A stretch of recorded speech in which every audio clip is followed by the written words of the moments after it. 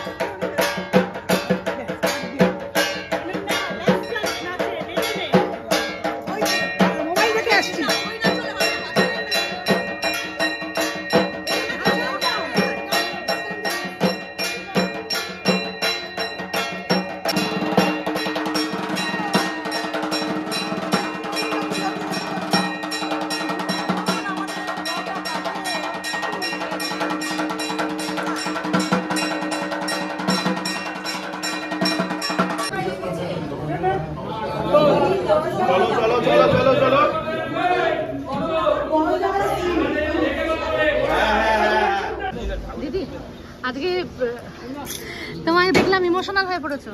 তো আমি এমনি বরণের সময় থাকি, পুরো পুজোতেই খুব ইমোশনাল থাকি। বরণের সময় আরো হয়, কারণ মা চলে যাচ্ছে, বাচ্চাটা পড়লো, হয়ে গেল না 1 বছরের পরিকল্পনা থাকে, আর সেটা দুম করে শেষ হয়ে যায়। তারপরে আবার পরের বছরের অপেক্ষা, তো খারাপ হয়। আর ওই আর কি, মানে আর বলবো না না, আবার আবার অপেক্ষা, আবার মাকে সাজানোর প্ল্যান।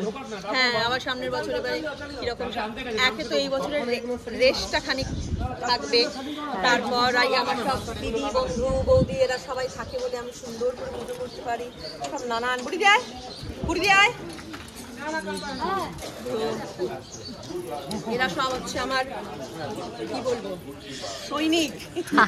এদের সবাইকে নিয়ে আমার পুজো, ওই আর কি। সবার আমার একার হুল্লোড় থাকে না, সবার এবছর এতই শরীরটা খারাপ যে আসতে পারবে বলেই ভাবতে পারিনি, সেই জায়গায় এবারে ওদের সব থেকে বেশি সময় থাকতে পেরেছে। তো সব ওই এনার চাহিদা, এটা হবে, ওইটা করিয়ে নেবে হয়েছিল। মনে আছে আমার শরীর খারাপের বছর, এরা সব হচ্ছে আমার সৈনিক। তো রাখো শ্রীকে দাঁড়ায়, তো শ্রী তো অনেক রং দিয়ে বানানো হয়। শ্রী যখন ভাসিয়েছি অবাক হইনি, ইনফ্যাক্ট আমিও খেয়াল করিনি। ও আমার সঙ্গে চন্দনা দেখ, অঞ্জনা জলের দিকে তাকাবা, কি দেখছি পুরো সেবার আমরা পুকুরে দিয়েছিলাম, পুরো পুকুরের হাফেরও বেশি ময়ূরকণ্ঠী রং, মানে একটা রং করে তুমি বুঝতে পারবে এরকম আলাদা আলাদা, খুব সুন্দর লাগছিল দেখতে। মানে আমি খেয়ালও করিনি, ও বললো। তুমি কি ভাসানে যাচ্ছ? হ্যাঁ, এখন ভাসাতে যাবো।